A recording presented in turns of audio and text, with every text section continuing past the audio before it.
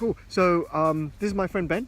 I've known Ben for about 4 or 5 years now. I actually met him at a meditation retreat.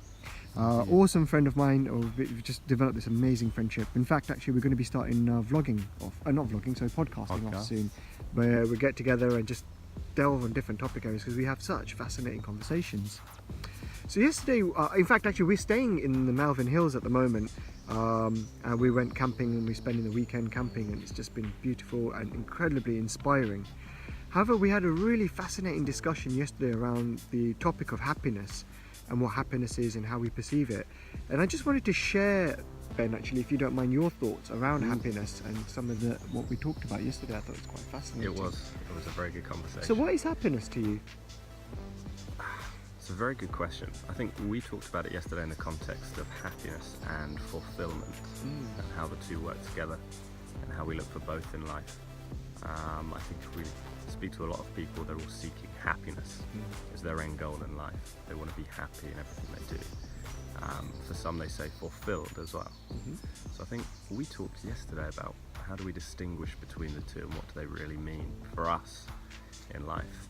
So for me, I've always seen happiness as something ephemeral. It's fleeting, it comes, it goes.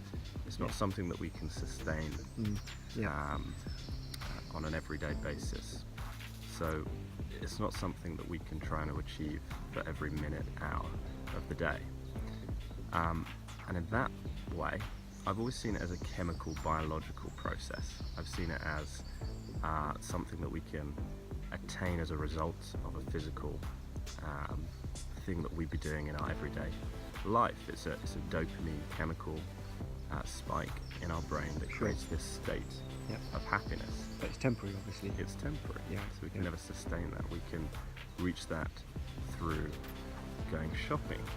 Gives us a small dopamine spike, gives us that sense of happiness. Having hot chilies in our food gives us that dopamine spike, gives us a sense of happiness, which is why, even though it's a horrible thing in the moment, it gives us that sense of happiness from a chemical perspective. But as you say, it's fleeting. So then if that happiness is fleeting and we're all after it, what is it actually that we're after, in your opinion? If it's not happiness, what is it? For me, it's fulfillment. Right. And I think they're very different things. So how do you define that? Fulfillment for me is this feeling and sense of belonging in this planet, on this world, in the acts that we do and give back to others. Right. So if I think of how I would define fulfillment, I think the question to ask is, when have I felt that feeling of fulfillment? And for me, it's when I've been in that position where I've been able to add value back to someone else, where I've put themselves ahead of me, and where that self-centeredness has moved to acting on behalf of another in their interest of adding value to their life. So it was, these are things like mentorship, perhaps where you're running a workshop and you're adding value to a group of individuals. It could be helping a family member who's in trouble, or a friend. And it's those times where you sit down, you know they've got benefit from something that you've been able to give to them. That's a sense of fulfillment. So I think that's what I always seek for, in terms of businesses, interactions, in life in general, is that to orientate those around value add.